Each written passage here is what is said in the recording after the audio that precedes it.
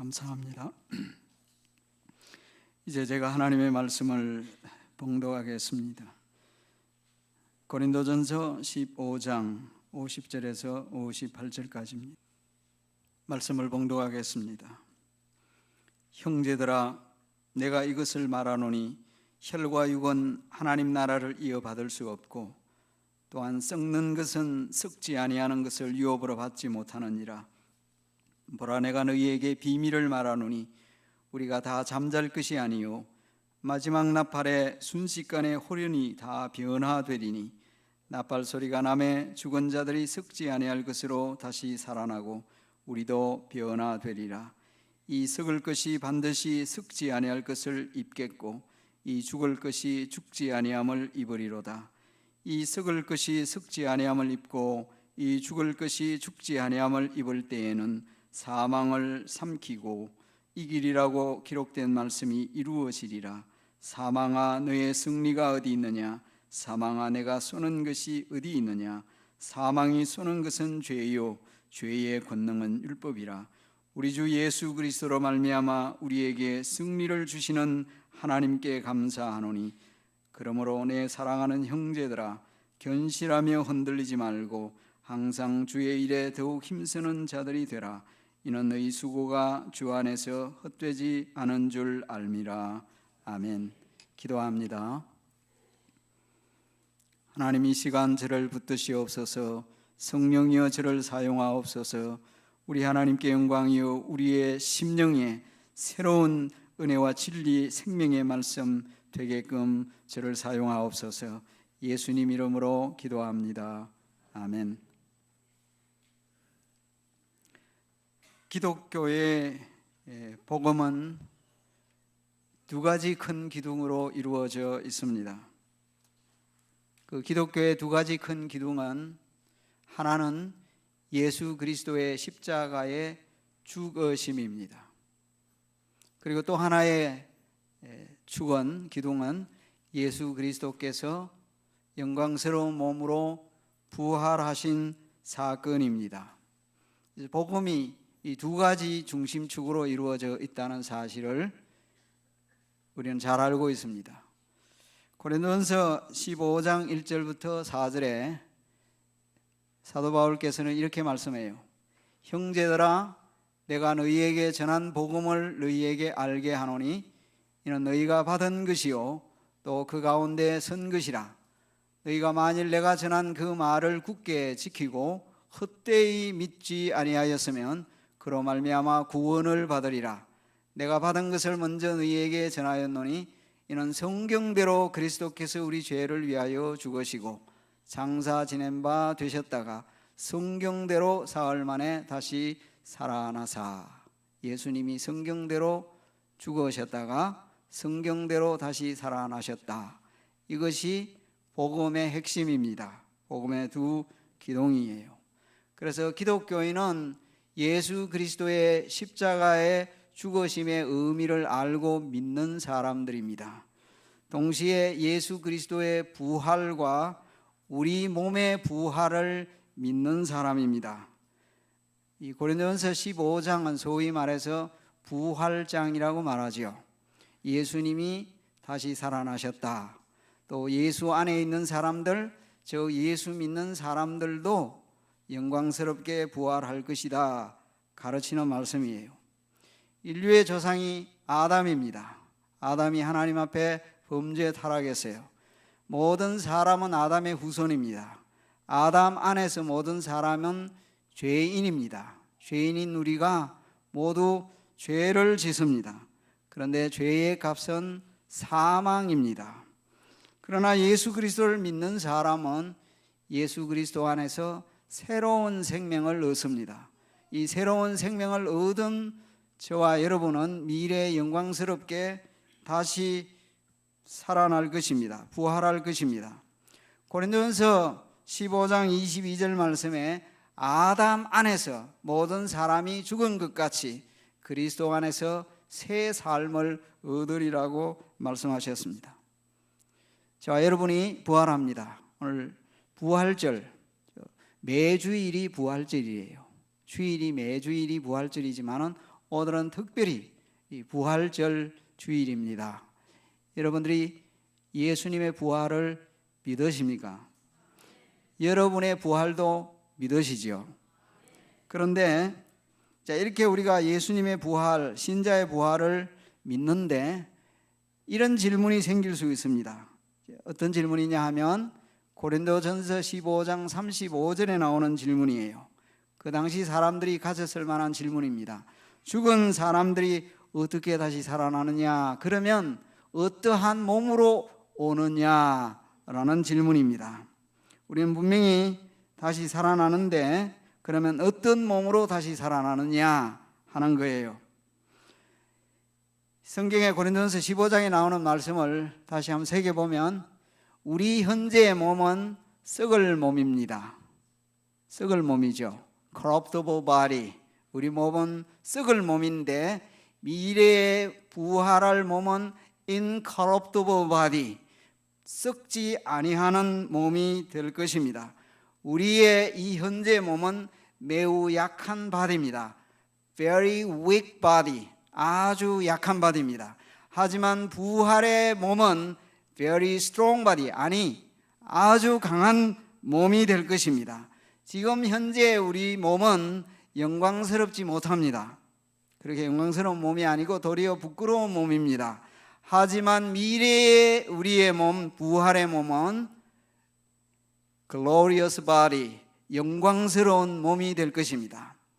현재 우리의 몸을 그저 natural body라고 할 수 있습니다.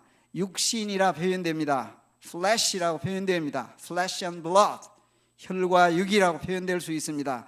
하지만 미래의 우리의 몸을 가리켜 spiritual body라고 표현합니다. 많은 사람들은 생각할 때 spirit과 body는 대조되는 말인데 어떻게 이 모순적으로 spiritual body라고 할 수 있느냐? 그런데 하나님이 그렇게 하세요.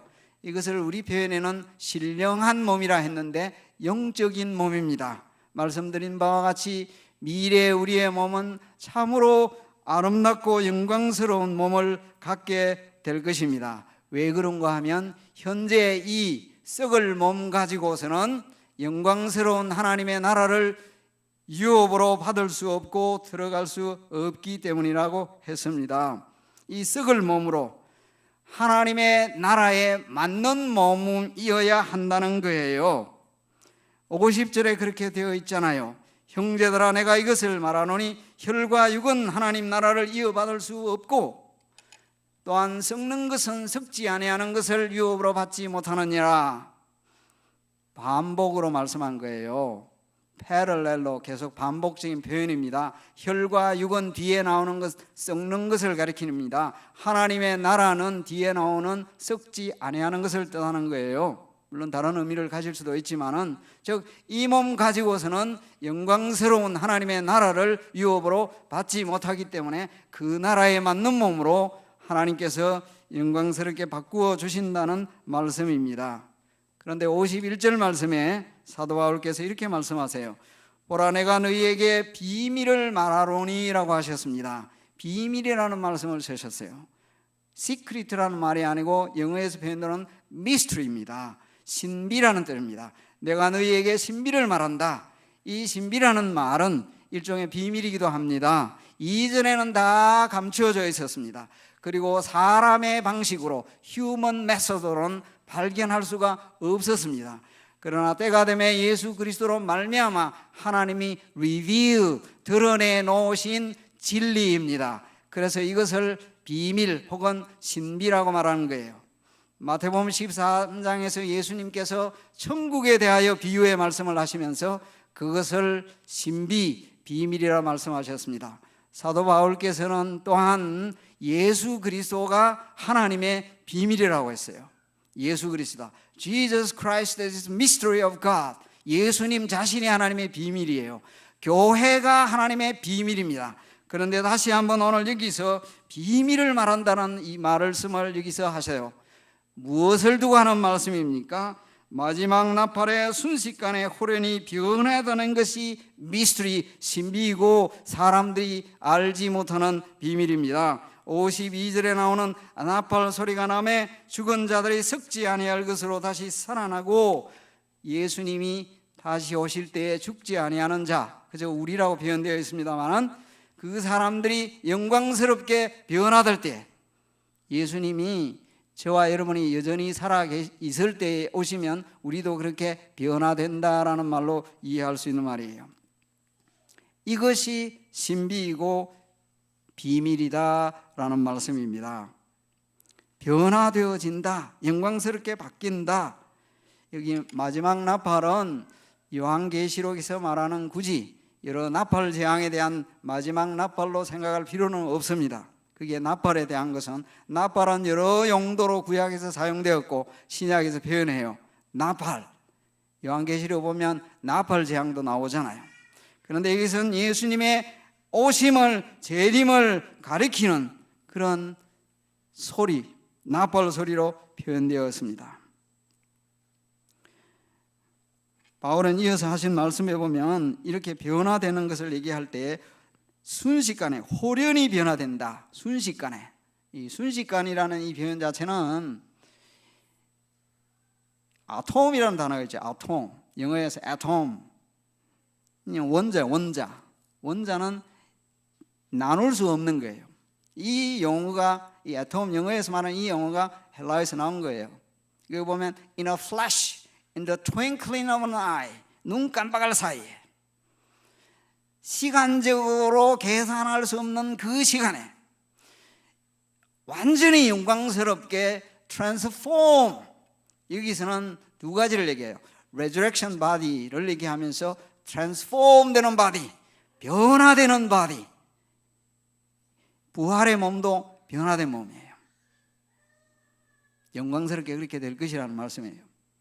자, 여러분, 전에도 말씀드렸다와 같이 현재의 나, 미래의 나는 같은 나이기도 하고 다른 나이기도 하다. 좀 어려운 표현입니다. 자, 여러분, 우리 생물학적으로도요, 여러분 일반적으로 말할 때 우리 세포가 바뀌잖아요. 계속 바뀌죠. 그래서 사람의 세포가요, 제가 아는 상식으로는 7년 만에 완전히 다 바뀌어버려요. 그러니까 옛날에 7년 전에 여러분과 현재의 여러분은 다른 사람입니다. 그러나 여전히 같은 사람이죠. 왜냐하면 세포가 다 바뀐 거예요. 그 사이에 모든 뼈부터 시작해서 세포들이 다 바뀌어가 새로운, 그래서 사람 체질 개설이라는 말도 쓰는 거예요. 체질이요, 7년 만에 완전히 바뀔 수도 있는 거예요. 완전히. 그러니까 여러분이 음식을 어떻게 먹든지 어떻게 몸 관리를 하는 데 따라서 사람이 완전히 체질적으로도 바뀔 수 있을 만큼 세포가 새로운 세포로 7년 만에 싹 다 바뀌어버린다. 그런데 실제로 보면 옛날 여러분과 현재 여러분 아니에요.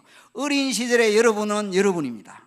그러나 어린 시절의 여러분이 현재 여러분은 같은 여러분이죠. 맞습니까? 아닙니까? 어린 시절에 어린아이도 그 어린 때에, 태어날 때의 여러분이나 현재 여러분이나 같은 사람입니까? 아닙니까? 같은 사람이죠. 그러나 보면요, 전혀 다른 사람이에요. 또 같은 사람인데 전혀 다른 사람이다.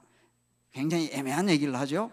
우리의 미래의 부활의 영광스러운 몸은 역시 여전히 우리의 아이덴티티는 동일한 아이덴티티입니다. 하지만 현재 이 썩을 몸, 죽을 몸, 약한 몸, 부끄러운 몸이 아니라 영광스럽고 놀라운 여러분이다 이 말이에요.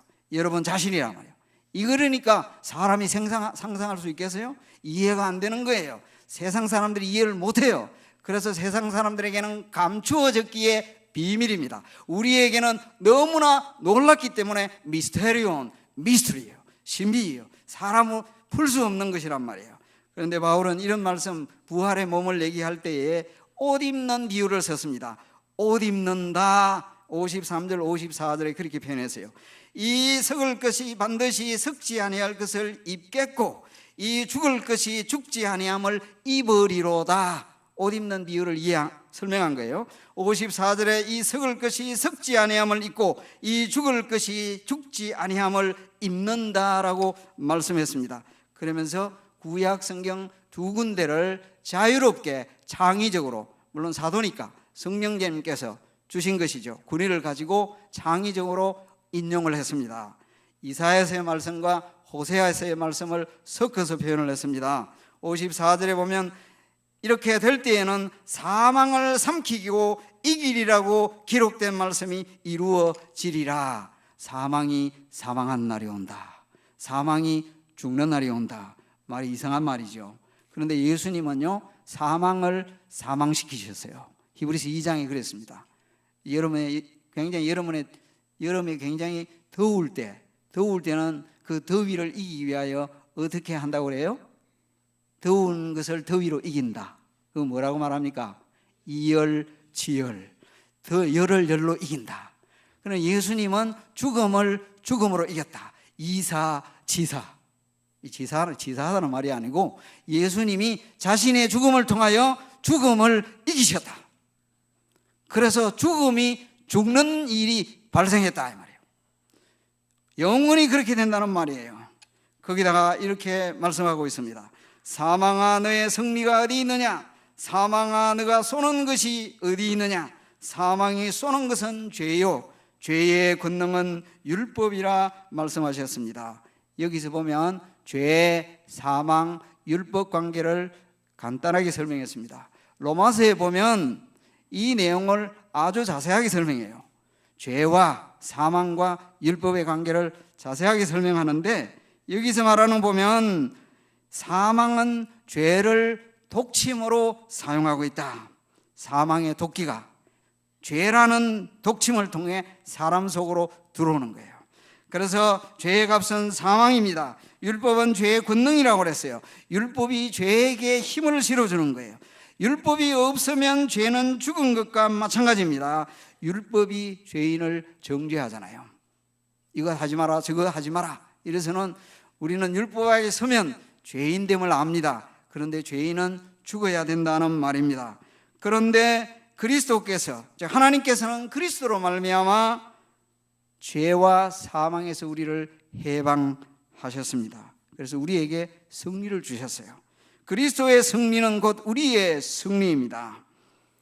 부활은 최종적 승리입니다. 그런 사건이에요. 부활은 죄와 사망에 대한 승리입니다.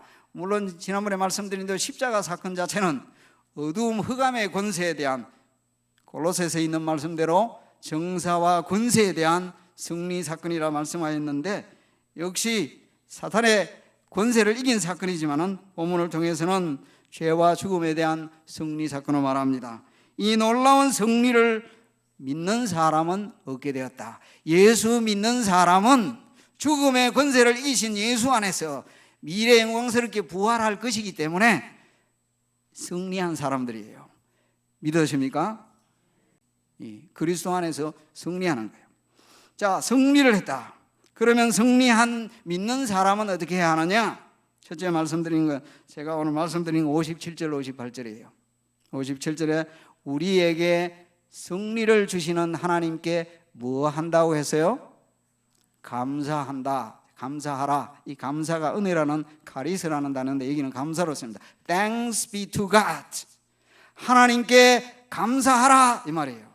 승리를 주시는 하나님께 감사하라. 자, 여기서 승리를 주신다는 것은 현재형으로 쓰였는데 사실을 두고 하는 말, 현재형은 사실을 두고 하는 말이나 현재 일어나는 사건을 두고 하는 말이기도 합니다. 즉 사실을 말하는 것은 우리에게 무슨 승리를 주셨다고요? 사망 권세를 이기는 승리를 예수님 안에서 우리에게 주셨어요. 동시에 신자는 암시적으로 imply가 되어 있는 게 뭔가 하면 우리 삶 속에 신앙의 승리자로 살아야 한다 말씀이 들어있는 거예요. 믿는 사람은 뭐라고요? 패배자가 아니고 승리자입니다. 뭘 이겨야 되겠어요? 죄를 이겨야 합니다. 자신의 육체의 본성을 이겨야 합니다. 신앙의 승리자로 살아가야 됩니다. 패배자로 살지 말기를 바랍니다. 어떻게 사는 것이 신앙의 승리자이냐? 제가 잘못한 것이 있다, 어떤 사람에게 정말 잘못한 것이 있다, 그러면 가서 용서해 주세요, 잘못했습니다, 이렇게 하는 것이 이기는 길입니다. 잘못한 사람이 용서를 구할 때 용서해 주는 것이 이기는 길입니다. 그렇지 않고 계속 있는 것은 패배자로 그대로 남아있는 거예요. 패배자로 남아있으면 자신에게 계속해서 손해이고 하나님께 영광을 돌리지 않고 많은 사람들에게 유익을 주지 못합니다. 승리자로 살아가기를 주의 이름으로 축원합니다. 사랑하며 사는 것이 승리자입니다. 감사하며 사는 것이 승리자예요. 승리자는 어떻게 하라고 했습니까? 이게 핵심이 감사한다. 감사하시기 바랍니다. 범사에 감사하세요. Give thanks to God in everything, in all circumstances. 모든 환경, 모든 것에서 감사하라. 이것이 무엇이냐? 너희를 향하신 하나님의 뜻이다.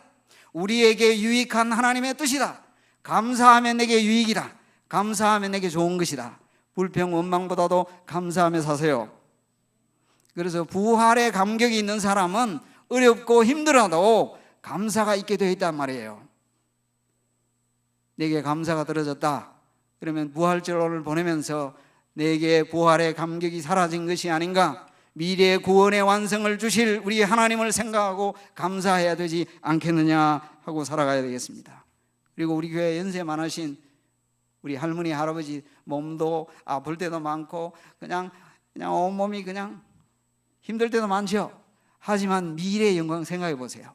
죽음이 없어요. 슬픔이 없어요. 고통이 없어요. 아픈 것이 없어요. 괴로움이 없어요. 그런 날이 올 것이며 그런 몸이 주어질 것이라 생각하니까 미리 감사하시기 바랍니다. 부활을 생각하니까 너무 감사하다. 부활절, 그러니까 every Sunday, every Easter, 매 주일날은 매 그 이스터에, 그러니까 모일 때마다 하나님 감사합니다. 아니 매일 살아가면서도 이 감격 속에 감사하면서 살아가야 돼요. 두 번째로는요, 58절 말씀입니다. 그러므로 내 사랑하는 형제들아 견실하며 흔들리지 말라. 신앙적으로 흔들리지 말라는 얘기예요. 사도 바울이 고린도 교회를 세우고 난 뒤에 부활의 복음도 전했는데 이단자들이, 거짓 선생들이, false teacher들이 들어와서는 교회를 자꾸 흔들어 놨어요. 거기다가 헬라 철학을 가지고 사람이 죽었다가 어떻게 살아난다는 말이냐 흔들어 놓았습니다. 지금도 세상에 나가면 부활 얘기하면 뭐라고 얘기합니까? 무슨 그런 터무니없는 얘기하느냐, 죽은 사람이 어떻게 살아난다는 말이냐. 그래서 세상적인 눈에서 볼 때는 어리석게 보이는 거예요. 1장에서 바울이 고린도전서에 복음 얘기했잖아요. 십자가의 복음 자체도 어리석게 보이지만은 부활의 복음 자체도 세상 사람들 볼 때는 스티피트하고, 무슨 그런 얘기가 있느냐. 그 사람들 눈에는 어리석습니다. 그러나 구원을 얻는 우리에게는 하나님이 주시는 놀라운 복인 줄로 믿습니다. 그들에게 부활은 확실히 있다. 바울이 고린도 15장을 통하여 예수님의 부활과 성도의 부활을 말씀하고 있는 것입니다. 그래서 부활을 믿어야 합니다.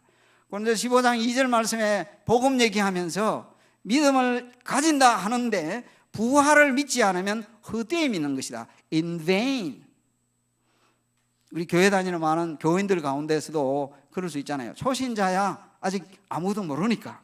그냥 교회 다닌 지 얼마 안 된 분들이야 이 복음의 진리에 대한 아직 가르침이 잘 확실하지 않기 때문에 몰라서 그렇다 하지만 수십 년 다녔는데도 예수님 부활이 있는지, 내가 부활하는지 아닌지 왔다 갔다 하고 흔들리고 부활을 믿지 않으면 고린도 15장 2절에 뭐라 했는가 하면 그것은 믿음이라고 하지만 헛된 믿음이다 말씀했어요. 15장 2절에 있습니다. 너희가 만일 내가 전한 그 말을 굳게 지키고, 여기서 굳게 붙들라고 했잖아요. 믿지 아니하였으면 그로 말미암아 구원을 얻는데 헛되이 믿지 아니하였으면 됩니다. 그래, 부활 복음을 제대로 안 믿으면 헛되이 믿는 거예요. 헛되이 믿지 않으려면 부활의 복음을 확실하게 붙드셔야 됩니다. Have the assurance of resurrection. 부활의 확신이 여러분에게 있기를 간절히 바랍니다. 로마 시대 때 기독교인들이 한 300년 역사 속에 10차례 정도의 큰 persecution, 박해받았죠. 첫 번째 박해를 한 황제는 네로 황제였죠. 그는 기독교인들을 불태워서 자신의 황제의 그 팔러시 또는 가든에 불을 밝힐 정도로 잔인하게 신앙인들을 처형했습니다. 이때 아마도 베드로 사도와 사도 바울이 순교를 당한 듯 합니다. 그리고 네로에 이어서 두 번째 기독교인들을 잔인하게 박해한 황제는 주 90년에서 96년까지 박해했던 도미티안 황제입니다. 그는 정권 말기에 통치력을 강화하기 위하여서 자신을 주와 신으로 숭배하도록 강요했습니다. 도미누스, 라틴어입니다. 라틴어 도미누스라는 주란 말이고 데우스, 신이라는 말입니다. 그래서 도미누스 에트 데우스, 에트라는 말은 영어로 엔드입니다. 헬라어로는 kyrios, kai, theos.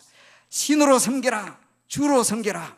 그리스도인들은 누가 주인입니까? 주입니까? kyrios입니까? 도미누스입니까? 예수님이 주예요. 예수님이 나의 주님입니다 하는 그들에게 예수가 아니라 황제, 도미시안 황제를 kyrios로 또는 도미누스로 섬기라. 이 도미누스라는 말을 생각하면 여러분, 주라는 말은요, 도미노 피자 생각하면 돼요. 도미노, 이건 주라는 말이에요. 주, 피자 중에 왕이래요. 제가 볼 때는 아닌 것 같은데 그래도 맛있기는 맛있어요. 그렇죠? 주, 신으로 숭배하도록 강요했는데 신앙인들은요, 황제의 숭배를 반대했습니다. 이제 황제 숭배하지 않으니까 어떻게 했어요? 조용했습니다. 이때 로마의 클레멘트가 순교했고 사도 요한이 반모섬에 유배되었습니다. 그래서 요한계시록을 물론 기록하게 되었습니다. 로마인들은 콜로세움에서 그리스도인들이 피 흘리며 쓰러지는 잔인한 장면을 즐기기 위해 모였습니다. fanfare가 울려 퍼지면 관중들이 조용해지면서 도메시안 황제가 경기장의 모습을 드러냅니다. 군중들은 환호를 보내고 도메시안 황제는 손을 들어 담례하고 자기 자리에 앉습니다. 잔인한 격투기가 벌어졌죠. 경기가 끝난 다음에는 감금되었던 많은 그리스도인들이 양의 가죽을 뒤집어 쓴 채, 히브리서 11장에도 그런 비슷한 표현이 나오죠. 경기장에 밀려 나옵니다. 그리스도인들이 한데 뭉쳐서 찬송하고 기도합니다. 그것도 잠시일 뿐 곧이어 쇠문이 열리면서 여러 마리의 굶주린 사자들이 뛰쳐나와 사냥감을 발견하고 공격합니다. 밤에는 화형식이 이루어졌습니다. 경기장 안에 횃불을 밝혀놓고 곳곳에 십자가를 세워놓고 그 아래 장작을 쌓아놓았습니다. 형리들은 그리스도인들 수십 명을 십자가에 묶은 뒤 기름을 뿌리고 불을 질렀습니다. 로마인들은 조롱을 했습니다. 너희들이 세상의 빛이냐? 더 빛나게 해주랴? 그 죽음의 공포 앞에서 그리스도인들은 황제 숭배를 거부하고 집을 빼앗기거나 가족과 입을 하거나 유리하거나 붙들려 이렇게 화형을 당하고 죽어갔습니다. 그 이유는 단 한 가지입니다. 나는 부활이요 생명이니 나를 믿는 자는 죽어도 살겠고 무릇 살아서 나를 믿는 자는 영원히 죽지 아니하리라 라는 주님의 말씀을 믿었기 때문입니다. 그들은 서로 격려하며 말했습니다. 두려워하지 맙시다. 우리에게는 영원한 천국이 있습니다. 마지막 부활이 있습니다. 성경은 말합니다. 만일 죽은 자의 부활이 없으면 그리스도가 다시 살지 못하였고 우리의 전파하는 것도 헛것이고 믿음도 헛것이고 금생뿐만 아니라 모든 사람 가운데 우리가 가장 불쌍한 사람이라. 하지만 죽음이 끝이 아니에요. 새로운 시작, 죽음에 정말 부활이 있습니다. 그러므로 성도 여러분, 삶의 어떠한 상황 가운데 처하더라도 이 부활의 확신을 견고하게 가지시고 부활의 확신 속에 살아가시기 바랍니다. 마지막으로는요, 항상 주의 일에 더욱 힘써라. abound in, 풍성하여라 표현입니다. 영어 표현 NIV 성경은 fully, always give yourselves fully to the work of the Lord 표현했습니다. 주의 일에 힘써라. 그럼 여기서 주의 일이 무엇이냐? 뒤에 나오는 수고라는 말하고 연결시켜 보면 1차적으로 복음과 관련된 모든 활동을 가리킵니다. 즉 부활의 복음, 구원의 복음을 위한 일에 항상 힘쓰라는 말이에요. 넓게는 크리스찬으로서 행하는 모든 것들입니다. 여러분, 주의 일 가운데 본문하고는 관계없지만 예수님이 요한복음에서 하신 말씀이 하나님의 일이 무엇이냐 물었을 때 하나님의 일은 1차적으로 뭔가 하면 여러분이 예수 잘 믿는 거예요. 예수님 잘 믿는 것이 다른 일을 하기 전에 가장 먼저 해야 할 일이에요. 예수님 잘 믿으시기 바랍니다. 이거예요. 그리고 이어서 이제 여러 가지 봉사하죠. 여러분, 이번 토요일에는 선교 바자회도 합니다. 이것도 수고하는 일인데 주의 일이에요. 성도를 돌아보고 살피는 것 주의 일입니다. 예수 그리스도의 이름으로 이웃을 사랑하고 섬기는 것 주의 일입니다. 우리 하나님께 영광을 돌리는 삶이, 신앙의 삶이 주의 일입니다. 그래서 선행이 습관이 되어야 돼요. 사랑하고 용서하고 섬기는 것이 버릇이 되어야 됩니다. 몸에 배어야 되겠다. 아예 체질화되어야 되겠다. 성도는 성도를 사랑하고 섬기고 용서하고 베푸는 것이 체질화되어야 한다. 이제 거룩한 삶을 살아갈 때, 성화의 과정을 살아갈 때 그렇게 되도록 해야겠습니다. 삶의 방식이 되도록 힘쓰시는 여러분이 되시기 바랍니다. 그래서 부활의 복음을 전하는 이 일이 또한 중요합니다. 오늘도 우리 주변에다가 초콜릿 나누겠지만은 전도지를 같이 겸하여 나누어 주려고 그래요. 가서 한 사람이라도 읽도록 말이에요. 그래서 복음 전하는 일을 위해 한다. 그런데 이렇게 항상 힘쓸 때에 기억해야 될 말이 있습니다. 우리 말 성경에는 이유로 표현되었는데, 물론 꼭 이유로 말할 수는 없지만은 이유를 이렇게 말했습니다. 수고해야 힘쓰는 이유가 무엇이냐? 이는 왜냐하면 뭐냐? 너의 수고가 주 안에서 헛되지 않을 줄 암이라. 헛되지 않다. 우리 인생살이 할 때 헛되게 하는 일들이 참 많아요. 너무 헛된 삶이 많다고요. 하나님 없이 사는 삶이 헛된 삶입니다. 우리 삶이 어쩔 수 없이요, 소위 말하는 쳇바퀴, 무엇이 쳇바퀴 돌아간다고요? 다람쥐가 쳇바퀴 돌아가는 거 보셨습니까? 다람쥐가 쳇바퀴 속에 돌면 뱅뱅뱅뱅 돌죠. 계속. 우리 인생이 그렇죠. 아침에 일어나가 밥 먹고, 또는 그냥 또 있다가 또 일하다가 밥 먹고, 점심 먹고, 저녁 먹고 자고, 좀 심하게 하면 화장실 가고, 그렇죠. 먹고 자고 화장실 가고, 먹고 자고 화장실 가고, 계속 이렇게 삶의 목적도 방향도 없이 살아가면요, 그렇게 살다가 끝내버립니다. 그것이 전부가 되어서는 안 돼요. 성경에 보면 전도서에 대한 헛된 말이 나오죠. 전도서는요, 잘못 보면요 오해할 수 있는 책이에요. 시작하는 말 부분에서 헛되다는 말을 하잖아요. 시작하는 부분이 헛되고 헛되며 헛되고 헛되니 모든 것이 헛되도다 반복했습니다.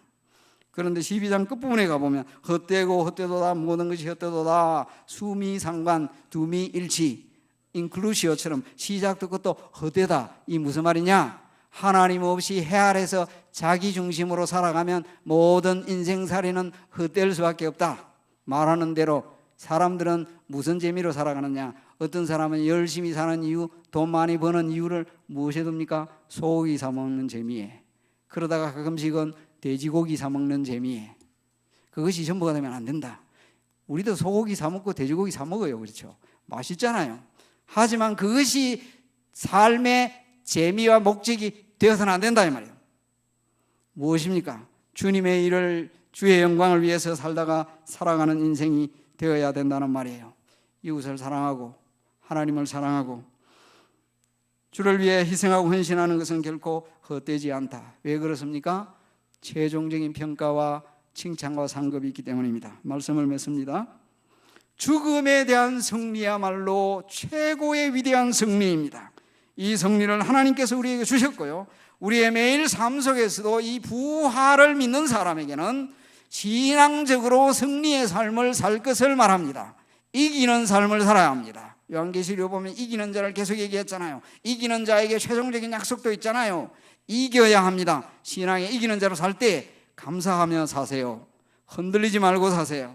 흔들흔들하지 마세요. 어려움이 있으면 이랬다 저랬다 흔들리지 마세요. 확고하게 신앙을 붙들고 부활의 확신 속에 살아야 합니다. 그리고 주의 영광 나타내고 사람들을 사랑하고 이 세상에 우리를 보내신 하나님의 뜻을 이루어가며 살아가는 복된 인생 되기를, 그것이 헛되지 않다는 사실을 믿고 사시기를 우리 주님의 이름으로 간절히 기원합니다. 기도합니다.